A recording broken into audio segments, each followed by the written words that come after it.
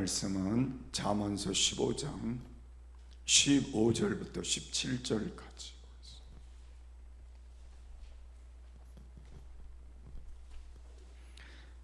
우리 함께 읽겠습니다. 고난받는 자는 그날이 다 험악하나 마음이 즐거운 자는 항상 잔치하느니라. 가산이 적어도 여호와를 경외하는 것이 크게 부하고 번뇌하는 것보다 나으니라. 여간 채소를 먹으며 서로 사랑하는 것이 살찐 소를 먹으며 서로 미워하는 것보다 나으니라. 아멘. 하나님은 사랑이십니다. 사랑합니다.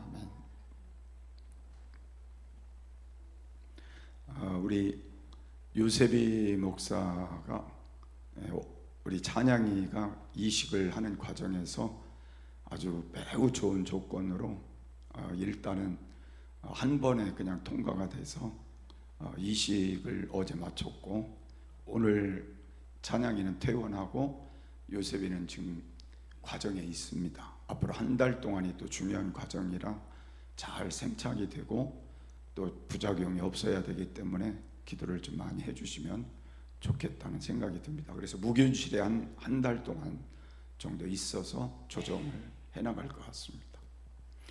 오늘은 가정 행복의 조건이라는 말씀을 여러분과 함께 나누려고 하는데, 오늘날 가정을 우리가 살펴보면 가정 같은 가정, 또 제대로 된 가정, 그리고 행복한 가정을 많은 사람들이 찾기 참 힘들다, 그렇게 말하고 있는 걸 볼 수 있습니다. 그래서 당신의 가정은 행복합니까? 라고 물으면 네 라고 빨리 대답하는 경우들이 그렇게 많지 않은 것 같습니다. 그럼 제가 한번 물어보겠습니다. 여러분의 가정은 행복하십니까? 네, 행복하다는 말이 참 좋은 것 같아요. 가정이 행복해야 될 이유가 있습니다. 가정은 행복의 보금자리고 행복의 터전이기 때문에 그렇습니다. 가정이 무너지면 사회도 무너지고 나라도 무너집니다. 가정이 무너지면 교회도 무너집니다. 그래서 오늘 여러분들이 가만히 생각해 보면 가정이 행복해야 되는 게 맞는구나, 또 이것이 하나님의 뜻이기도 하고 또 하나님이 바라시는 것이 되기도 하는 것입니다. 그래서 하나님은 우리 가정들이 행복해지기를 진심으로 원하신다는 걸 늘 기억하고 살아야 한다는 겁니다. 첫 번째로 가정 행복의 조건은 하나님을 경외하는 데 있다고 말씀하고 있습니다. 16절의 말씀을 보면 가산이 적어도 여호와를 경외하는 것이 크게 부하고 번뇌하는 것보다 나으니라 말씀을 했는데, 이 말씀은 우리가 잘 아는 대로 가난하고 힘든 상황에 처한 것도 중요하지만 큰 부자가 된 것도 중요할 수 있습니다. 그런데 여기서 말하는 건 그 포인트가 어디에 있느냐를 말하는 거예요.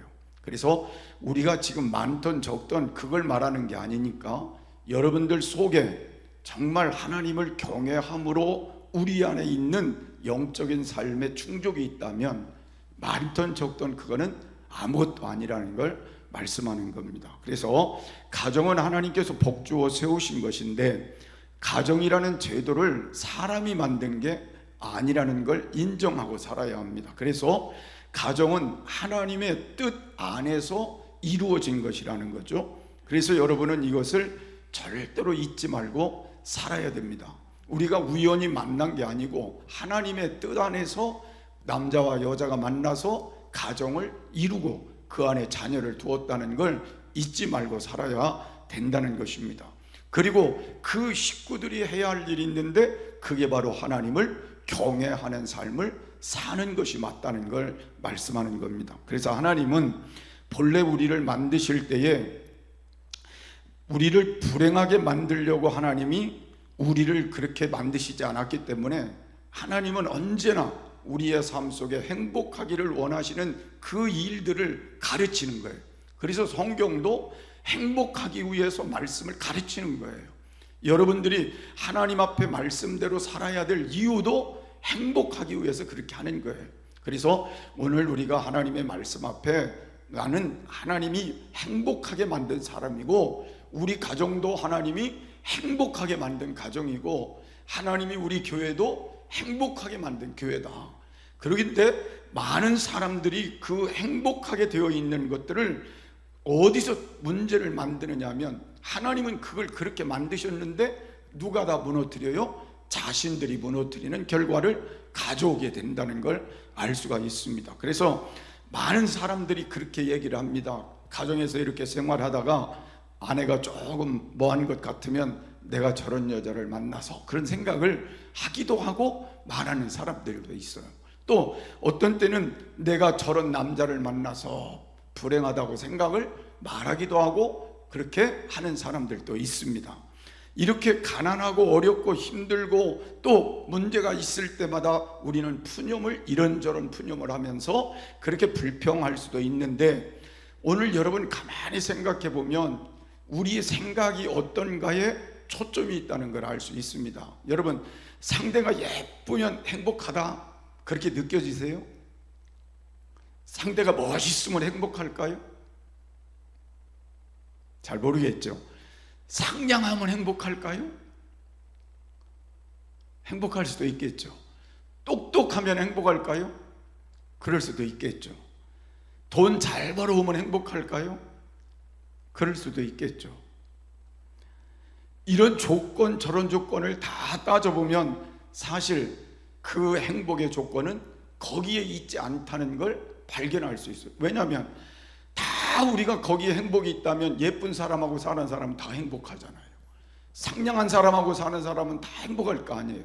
돈 잘 벌어오고 오는 사람하고 살면 행복할 거 아니에요. 그런데 현실은 그렇지 않다는 거잖아요. 아무리 예뻐도 행복하지 않을 수 있고, 아무리 상냥해도 행복하지 않을 수 있고, 아무리 똑똑해도 행복하지 않을 수 있고, 아무리 멋지게 생겼어도 돈을 잘 벌어와도 행복하지 않을 수 있다는 겁니다. 그래서 제가 목사님하고 어떤 대화를 나누는 중에 그런 얘기를 하시는 얘기를 들었는데, 본인이 30년 이상을 목회한 다음에 가만히 이렇게 관찰을 해보니까 누구든지 예쁜 데가 있고 멋있는 데가 있고 예쁘지 않은 데가 있고 멋이 없는 데가 있더라는 거예요. 누구든지. 여기 있는 여러분도 그렇잖아요. 여러분도 다 예쁜 건 아니잖아요. 예쁜 데가 있어요. 어떤 사람은 눈이 예쁠 수 있고, 어떤 사람은 코가 예쁠 수 있고, 다 예쁜 데는 있어요. 또 예쁘지 않은 데도 있어요.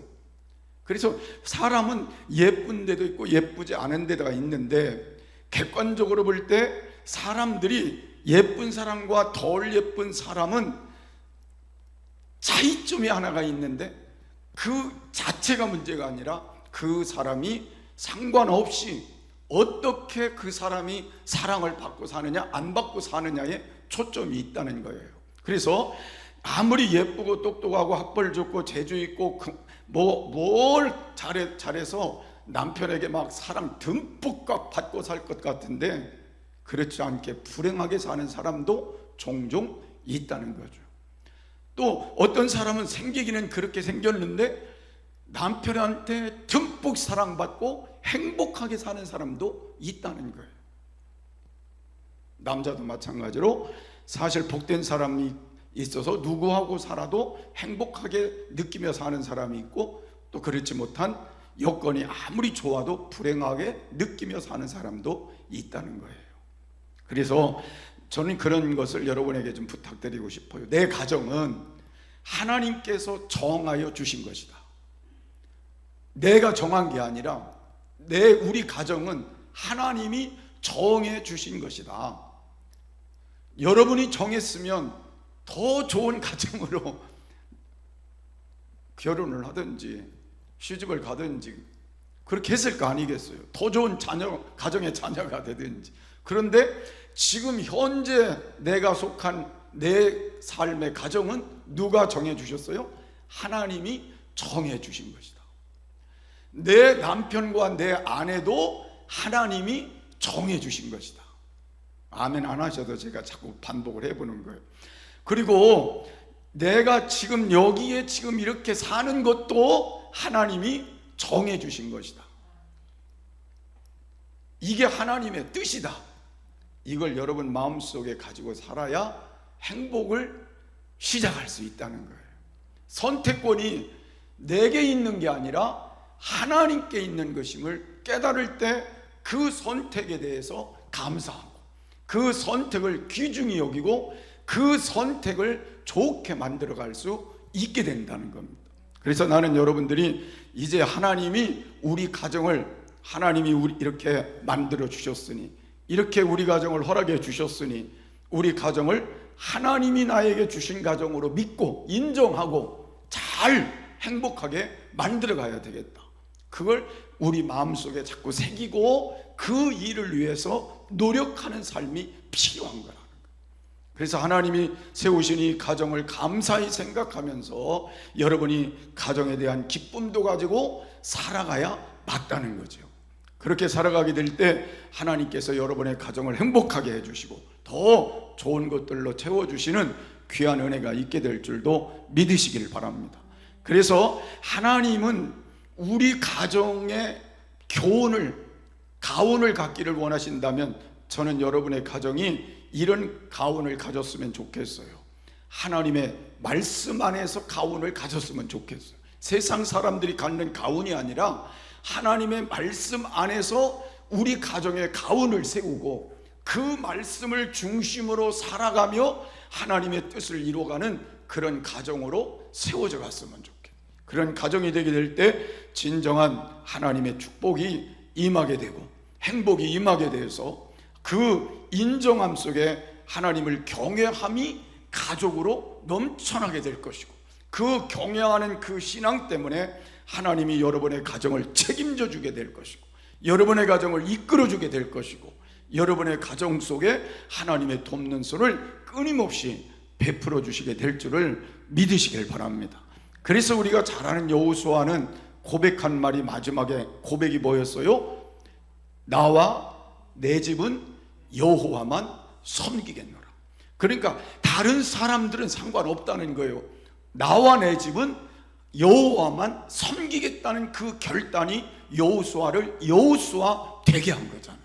그래서 여러분들이 오늘 이제 가정의 달을 보내면서 나와 내 집은 누가 뭐라고 그래도 하나님이 세우신 가정인 줄 믿고 하나님이 만나게 하시고 함께한 사람인 줄 믿고 그리고 하나님이 우리 가정을 하나님인 우리에게 허락하신 줄로 믿고 감사하면서 이제 여러분 남은 시간 동안은 나와 내 집은 여호와만 섬기겠다는 이 결단을 다시 한번 가지고 출발하셔서 가정의 행복의 새로운 전환점을 만드시는 귀한 은혜가 있기를 바랍니다.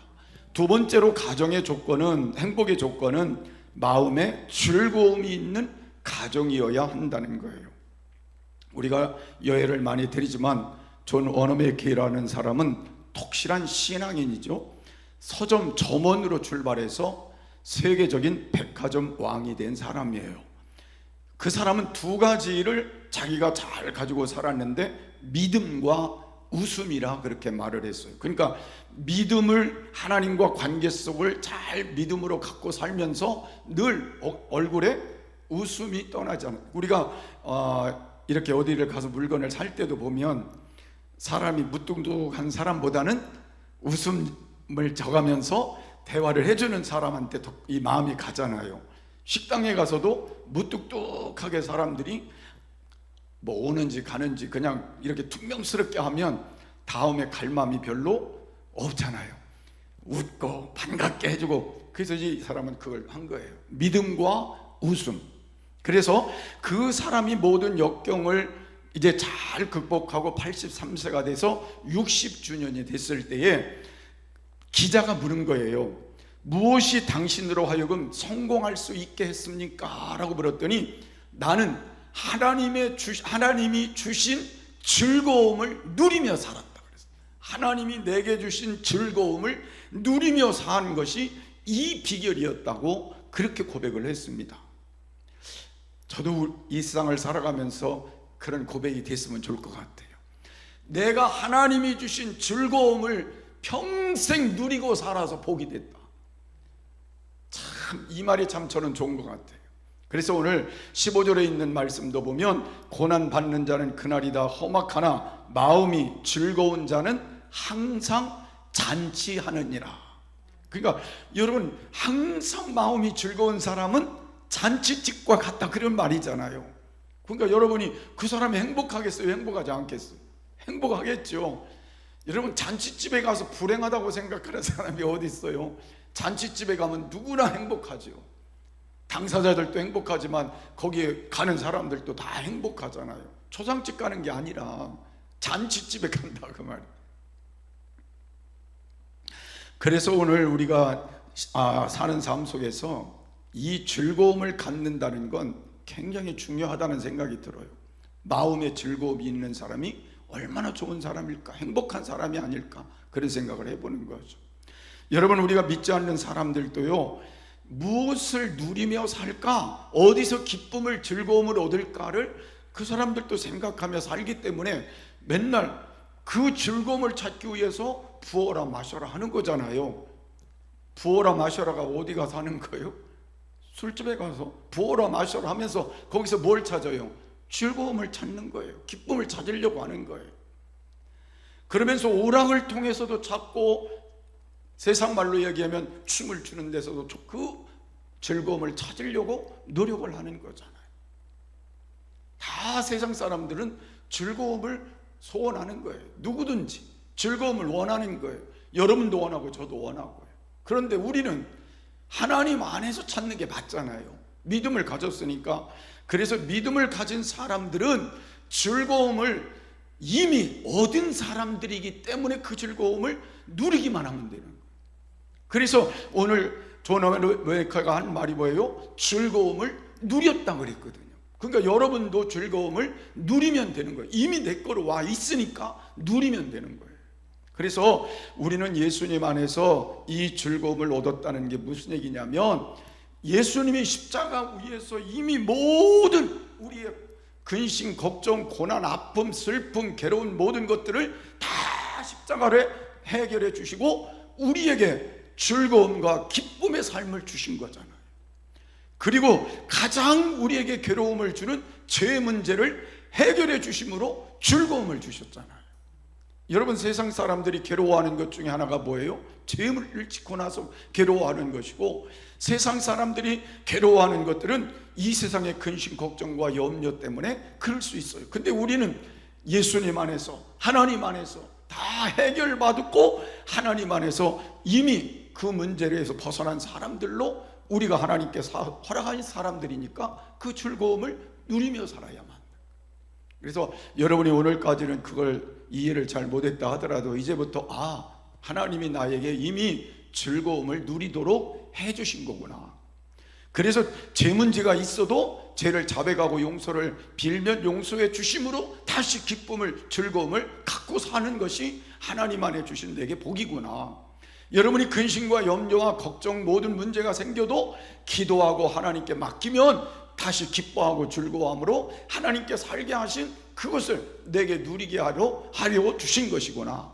그런 믿음을 여러분들이 가지고 사는 게 중요한 거예요. 그러니까 여러분은 이미 하나님의 주신 걸 누려야 될 사람들이라는 거예요. 아멘. 그래서 여러분은 이미 이 즐거움을 하나님 앞에 얻었으니까 다시 한번 여러분은 이 신앙 안에서 살아가는 새로운 변화가 일어났으면 좋겠어요. 그래서 시편 저자인 다윗은 시편 16편 8절과 9절의 말씀을 보면, 내가 여호와를 항상 내 앞에 모시며 그가 내 우편에 계심으로 내가 요동치 아니하리로다. 이러므로 내 마음이 기쁘고 내 영광도 즐거워하며 내 육체도 안전히 거하리니. 아멘. 저는 이 시편 저자인 다윗이 내가 여호와를 항상 내 앞에 모셨다, 내 앞에 모셨다 그랬어요.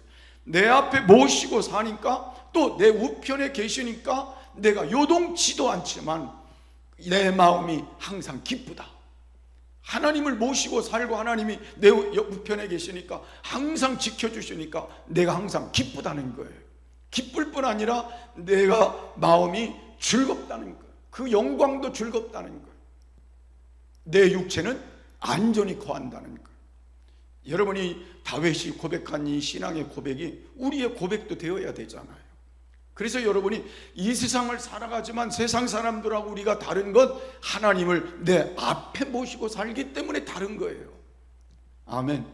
그래서 그 모시고 사는 하나님 때문에 여러분들은 늘 기쁨을 갖고 즐거움을 갖고 안전하게 해주시는 것 때문에 감사하며 사는 게 맞는 거죠.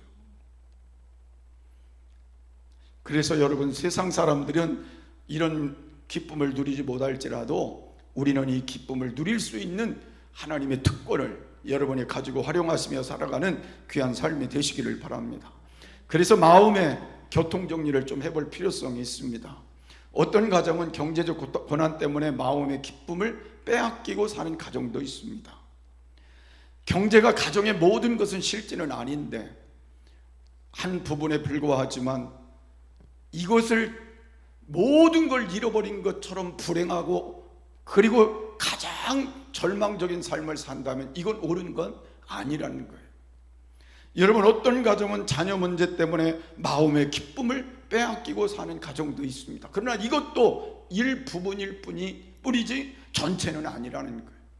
어떤 가정은 부부의 갈등 때문에 기쁨을 빼앗기고 사는 가정들도 있을 수 있습니다. 나는 여러분이 오늘 기쁨의 조건들을 다시 찾았으면 좋겠어요. 하나님이 나의 기쁨이 되고 하나님이 나와 함께 하심이 기쁨이 되고 그리고 예수님이 나에게 허락하신 모든 것들이 기쁨이 되고 그래서 내가 그 안에서 기쁨을 찾고 모든 부수적인 것들 때문에 우리가 너무 귀한 것들을 잃어버리지 않고 살아갈 수 있는 그런 삶이 되어졌으면 좋겠다는 겁니다. 여러분, 우리는 성경을 보면 하박국 선지자는 이렇게 고백을 했습니다. 비록 무화과 나무에 무성치 못하고 포도나무에 열매가 없고 감람나무 소출이 없고 밭에 식물이 없고 우리의 양이 없고 외양간에 소가 없을지라도 나는 여호와를 인하여 즐거워하며. 그러니까 이 하박국 선지자의 고백은 뭐예요? 아무것도 없는데도 누구 하나 때문에, 하나님 때문에 기뻐한다고, 하나님 때문에 즐거워한다는 고백을 하는 거잖아요. 여러분, 이게 쉬운 문제는 아니죠. 그러나 우리는 이 하나님이 정말 그런 하나님이 됐으면 좋겠어요. 정말 여러분에게 기쁨이 되는 하나님이 됐으면 좋겠어요. 하나님 때문에 어떤 상황에 처해 있어도 기쁨이 됐으면 좋겠어요. 즐거움이 됐으면 좋겠어요. 그걸 지금 말하는 거예요. 그래서 여러분이 오늘 하나님으로 인한 이 기쁨을 다시 회복하는 그런 은혜가 있기를 바라고, 나를 구원하신 그 하나님으로 인하여 여러분이 기뻐하는 구원에 대한 기쁨도 여러분 속에 충만했으면 좋겠습니다. 우리는 때로 하나님 앞에 기도 응답을 받을 때마다 이 기쁨도 우리는 상상할 수 없는 기쁨이라는 걸 깨달을 수가 있습니다. 성경은 말합니다. 지금까지 너희가 내 이름으로 아무것도 구하지 아니하였으나 구하라 그리하면 받으리니 너희 기쁨이 충만하리라. 오늘 하나님께 기도하여 하나님께서 응답해 주시는 그 기쁨도 상상할 수 없는 큰 기쁨이라는 걸 말씀하는 거예요. 여러분, 그래서 우리는 기도해야 되는 게 맞는 겁니다. 어떤 문제가 생기고 슬픔이 생기고 아픔이 생기고 고난이 오고 문제가 있다고 해서 여러분 기쁨을 잃어버리고 살 게 아니라 기도해서 그 기쁨을 응답받아서 그 기쁨을 다시 회복하는 게 중요하다는 거예요. 그래서 오늘의 현 상황들이 어떠하든지 하나님께 기도를 다시 시작함으로, 하나님께 응답받음으로 여러분 안에 기쁨이 충만해지는 귀한 은혜도 있어야 될 줄을 믿으시길 바랍니다. 그리고 우리는 하나님의 말씀을 통하여 기쁨을 얻어야 된다고 말씀하고 있어요. 여호와의 교훈은 정직하고 하여 마음을 기쁘게 하고, 시편 19편 8절에 그렇게 말씀했어요. 하나님의 말씀은 정직하여 우리 안에 뭘 줘요? 기쁨을 준다 그랬어요.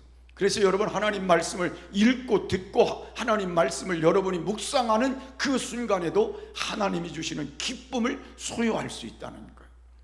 그래서 여러분 살아가는 동안 이 기쁨만은 여러분 안에 충만했으면 좋겠고, 이 기쁨을 빼앗기지 않도록 여러분이 그 기쁨을 하나님이 여러분에게 주신 것을 늘 잘 여러분의 것으로 활용하며 남은 시간 행복한 삶을 살아가는 귀한 은혜가 있어지시기를 바랍니다. 구원으로 얻은 기쁨, 하나님으로 인한 기쁨, 기도응답의 기쁨, 말씀으로 오는 기쁨, 그 외에도 하나님이 우리에게 주시는 이 기쁨의 조건 때문에 여러분이 더 행복했으면 좋겠어요. 마지막으로 서로 사랑하는 가정이 될 때 행복한 가정이 될 수 있다고 말씀하고 있습니다. 17절의 말씀 보면 여간 채소를 먹으며 서로 사랑하는 것이 살찐 소를 먹으며 서로 미워하는 것보다 나으니라 그랬어요. 이게 너무 뻔한 말이지만 서로 사랑하는 가정이 행복하다. 맞지요? 그죠? 서로 사랑 없이 행복하다? 이건 있을 수가 없는 얘기예요. 서로 미워하면서 행복할 수는 없거든요. 서로 사랑해야 행복한 거예요. 서로 사랑하면 채소를 먹고 살아도 행복할 수 있다는 걸 말씀하는 거고, 미워하며 살면 고기를 먹고 그 진수성찬을 먹어도 행복하지 않다는 걸 말하는 거예요. 그래서 여러분 가정은 사랑이 충만했으면 좋겠어요.